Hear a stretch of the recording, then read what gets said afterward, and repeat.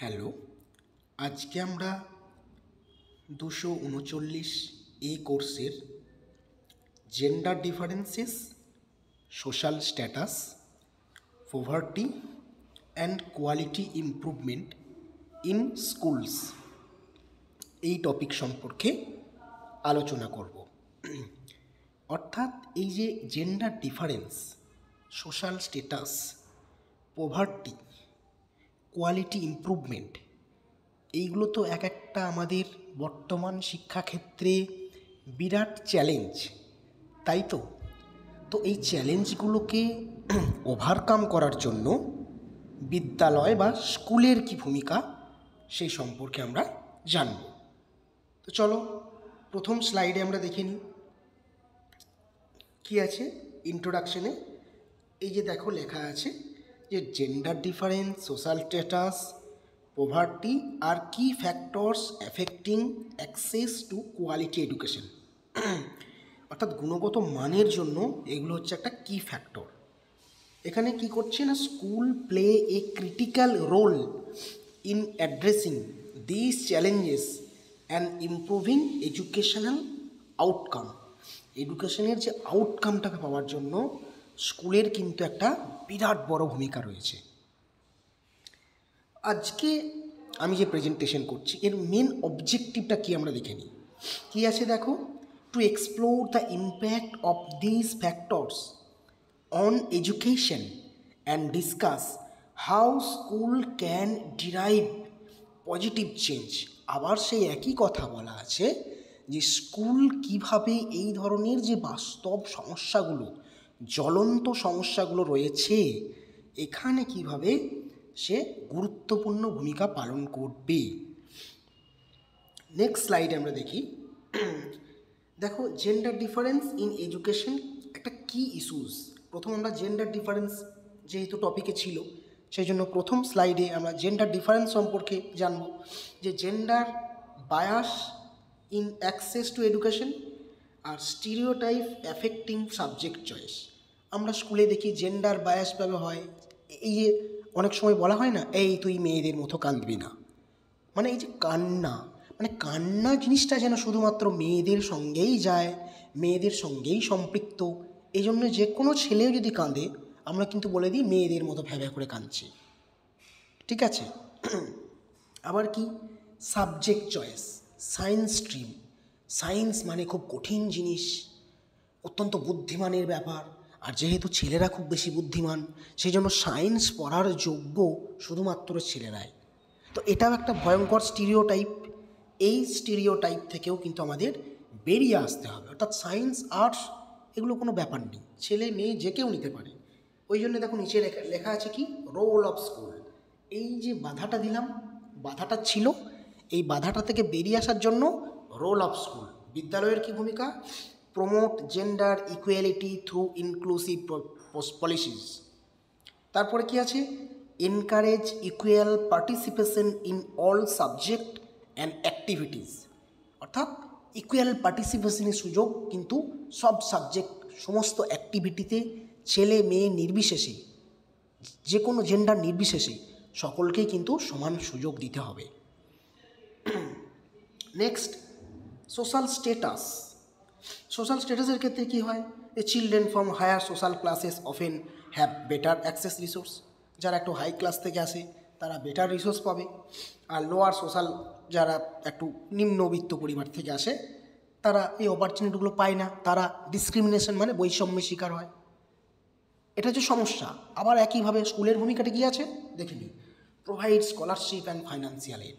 অর্থাৎ যারা একটু পিছিয়ে পড়ছে, ডিসক্রিমিনেশন করা হচ্ছে, তাদেরকে একটু স্কলারশিপ দিয়ে দিলাম, ফাইন্যান্সিয়ালি তাদেরকে হেল্প করলাম যাতে তারা ওই মেন স্ট্রিমের সঙ্গে সম্পৃক্ত হয়ে উঠতে পারে।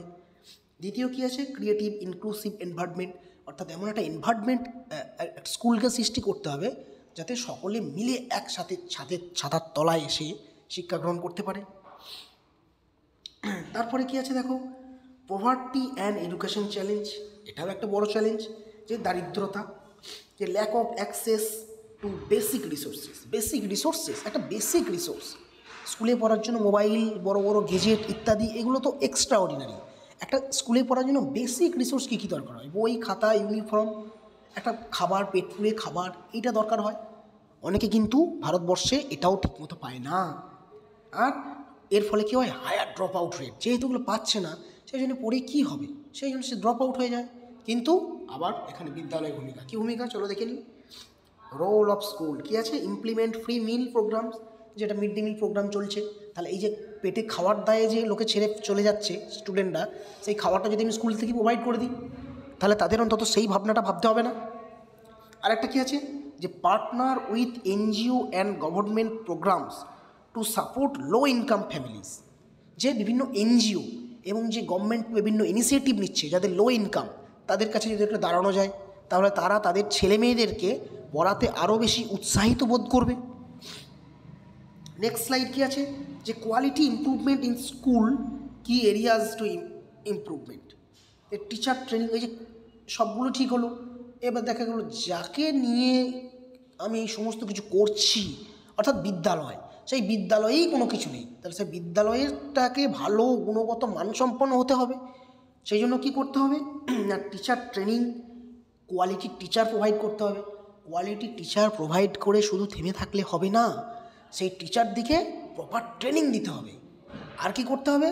21st সেঞ্চুরি টেকনোলজিক্যাল যুগ এগিয়ে যাচ্ছে, সেই জন্য স্কুলেও বিভিন্ন ধরনের টেকনোলজিকে ইনকর্পোরেট করতে হবে, যাতে করে এই শিক্ষা ব্যবস্থা আরও বেশি ত্বরান্বিত হয়। বোঝা গেল? আর কি আছে? Addressing gender, social status, poverty together integrated approach. এই যে যত ধরনের সমস্যা রয়েছে, এইগুলোকে এক ছাতার তলায় এনে school must address issues collectively, no isolation. Collectively হবে, যেমন a girl from low income family faces both gender and economic barriers, এগুলো করতে হবে। আর এখানে স্কুলের রোলটা কি না, implement holistic programme that address multiple challenges, আর collaborative with communities and policy maker for systematic change. এই পলিসি মেকার দিকেও কিন্তু সিস্টেমেটিক অর্থাৎ ধারাবাহিকভাবে পরিবর্তন নিয়ে আসার ক্ষেত্রে তাদেরকে ভাবনা চিন্তা করতে হবে। তারপরের স্লাইডে কী আছে? যে কেস স্টাডিজ অর এক্সাম্পল কিছু দেওয়া আছে, যেমন a school that reduce gender disparity through mentorship program, a school improved attendance by providing free meals, uniforms দেওয়া আছে। এখান থেকে আমরা কী কী শিখলাম? যে community involvement and target intervention to success. এরপর কী আছে? Role of teachers and administration. টিচার্সদের কিছু রোল আছে, কী আছে? Be aware and basic work to create inclusive classroom. Inclusive classroom ব্যবস্থা করতে হবে। Provide extra support student from disadvantage background, যারা ডিসঅ্যাডভান্টেজ ব্যাকগ্রাউন্ড থেকে আসছে তাদেরকে এক্সট্রা সাপোর্ট দিতে হবে। আর অ্যাডমিনিস্ট্রেশনকে কী করতে হবে না, ডেভেলপ পলিসি, তারা পলিসি মেকার, পলিসিগুলোকে ঠিকঠাক করতে হবে। আর allocate resource effectively to address the challenges. এই যে বিভিন্ন ধরনের চ্যালেঞ্জেসগুলো রয়েছে, এই চ্যালেঞ্জেসে কী করতে হবে? অ্যালোকেট করতে হবে আলাদাভাবে। Thank you. আজকে তাহলে এই পর্যন্তই রইল। এগুলো তোমরা বাড়িতে আবার ভালো করে পড়বে। যদি কোনো প্রশ্ন থাকে অবশ্যই আমাকে পরের দিন ক্লাস শুরু হওয়ার আগে জিজ্ঞাসা করবে। আমরা আগে ডাউট ক্লিয়ার করে নেক্সট ক্লাস শুরু করব। Thank you. প্রত্যেকে ভালো থেকো।